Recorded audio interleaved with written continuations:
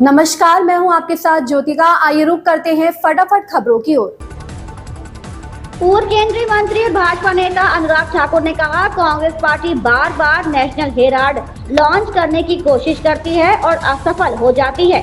मैं national Herald की बात कर रहा हूं। नेशनल हेराल्ड का नाम सुनते ही कांग्रेस पार्टी का पूरा इकोनॉमिक सिस्टम सनसनी महसूस करने लगता है और ये स्पष्ट है क्योंकि वे पकड़े गए हैं। कांग्रेस पार्टी बार बार लॉन्च करने का प्रयास करती है, जनता में ले जाने का प्रयास करती है और बार बार विफल भी होता है। आप जिनके बारे में सोच रहे हैं उनकी बात नहीं, मैं यहाँ पे आज नेशनल हेराल्ड की बात करने आया हूँ। और नेशनल हेराल्ड का नाम सुनते ही आज कांग्रेस पार्टी के पूरे इकोसिस्टम में सेंसेशन होने लगते हैं। सेंसेशन जैसे कि छटपटाहट, कपकपाहट, धड़धड़ाहट, फड़फड़ाहट, डगमगाहट, लड़खड़ाहट और ऐसे सेंसेशन होने लाजमी भी है।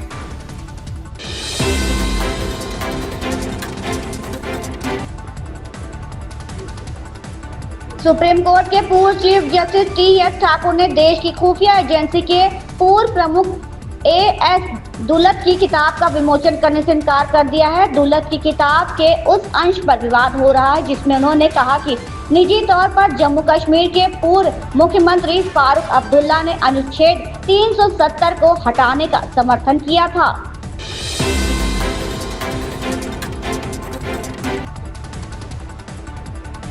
सुप्रीम कोर्ट ने गुरुवार को वक्फ संशोधन अधिनियम 2025 को लेकर दायर की गई याचिकाओं पर सुनवाई की। कोर्ट ने केंद्र की मांग पर सरकार को जवाब दाखिल करने के लिए 7 दिन का समय दिया। पूर्व कानून मंत्री ने कहा कि सुप्रीम कोर्ट के अंतरिम आदेश से साफ है कि कोर्ट 7 दिन बाद संवैधानिक कानून के महत्वपूर्ण सवालों के कारण मामले पर सुनवाई करेगा।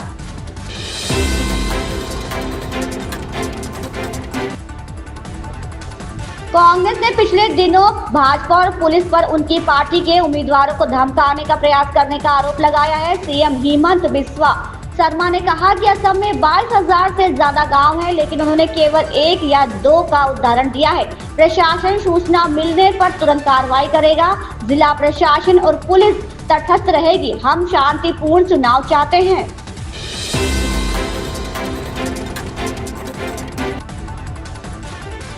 Defence conclave 2025 force of the future में राजनाथ ने कहा कि भारत रक्षा उपकरणों के आयात पर अपनी निर्भरता कम करेगा और एक रक्षा औद्योगिक परिवेशी तंत्र बनाएगा। ये तंत्र न केवल देश की जरूरतों को पूरा करेगा बल्कि रक्षा निर्यात की क्षमता को भी मजबूत करेगा। वो दिन दूर नहीं जब भारत न केवल विकसित देश के रूप में उभरेगा बल्कि हमारी सैन्य शक्ति भी विश्व में शीर्ष पर होगी।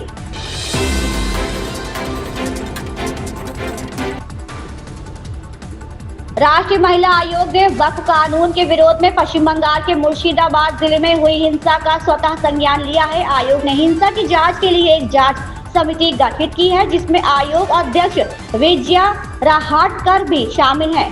जांच टीम 3 दिन हिंसा प्रभावित इलाकों में जाकर महिलाओं से बात करेगी। इसके अलावा जांच समिति मालदा भी जाएगी।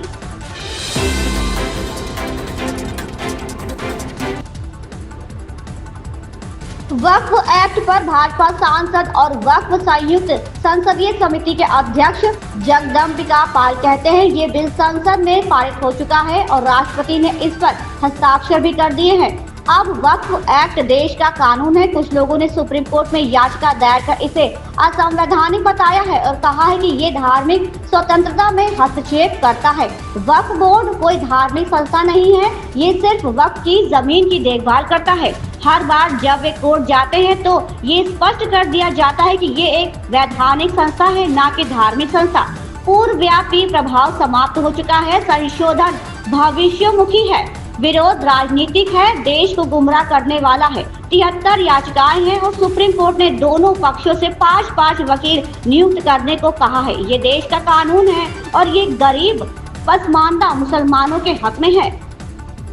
देखिए, कानून पार्लियामेंट ने बनाया 12-12 घंटे चर्चा के बाद और अब उसको महामहिम राष्ट्रपति की मंजूरी मिल गई। अब वक्फ कानून लॉ ऑफ द लैंड हो गया है। देखिए, उसके इंटरप्रिटेशन करने का अधिकार माननीय सर्वोच्च न्यायालय को, हमारी सर्वोच्च न्यायालय ने कुछ याचिकाएं दाखिल किया था पिटिशनर ने कि साहब ये अनकॉन्स्टिट्यूशनल है, या हमारी धार्मिक स्वतंत्रता पे हस्तक्षेप करता है, या वक्फ बाई ईयर ख़त्म होने पर हमारी मस्जिदें चली जाएंगी, या इसमें डीएम की क्या भूमिका होगी, या वक्फ बोर्ड में नॉन मुस्लिम्स क्यों रखे जाएँ। ये इशू ज्वाइंट पार्लियामेंट्री कमेटी ने ही एड्रेस कर दिया, क्योंकि वक्फ बोर्ड कोई रिलीजियस बॉडी नहीं है। वक्फ बोर्ड किसी राज्य में वक्फ की प्रॉपर्टी की देख रेख करने वाली वक्फ एक्ट के अंतर्गत बनाई हुई एक बॉडी है, जिसमें और इसका फैसला यूनियन ऑफ इंडिया वर्सेज वाकिफ मुस्लिम्स ऑफ राजस्थान में हो चुका है कि ये स्टैच्यूटरी बॉडी है, रिलीजन बॉडी नहीं है, चाहे ये वक्फ की प्रॉपर्टी की देख रेख करता है। 2010 में सुप्रीम कोर्ट का फैसला हो चुका है, दिल्ली वर्सेज शाह मोहम्मद में हो चुका है, तमिलनाडु वर्सेज वक्फ बोर्ड में हो चुका है, कर्नाटका वक्फ बोर्ड वर्सेज नज़ीर अहमद में हो चुका है।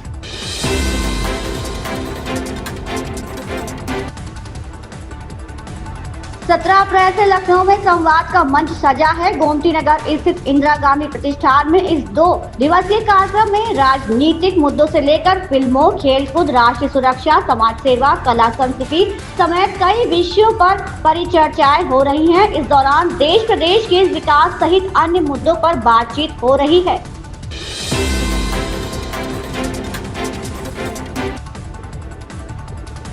वक्फ संशोधन कानून पर भाजपा की कार्यशाला में कानून की बारीकियों और उससे गरीब मुस्लिमों, पसमानदा समाज को मिलने वाले लाभ पर चर्चा होगी। प्रदेश भाजपा कार्यालय में वक्फ संशोधन कानून को लेकर शुक्रवार को प्रदेश स्तरीय कार्यशाला होगी। कार्यशाला को मुख्यमंत्री पुष्कर सिंह धामी व केंद्रीय कमेटी के सदस्य व प्रदेश प्रभारी दुष्यंत गौतम मुख्य वक्ता के रूप में संबोधित करेंगे।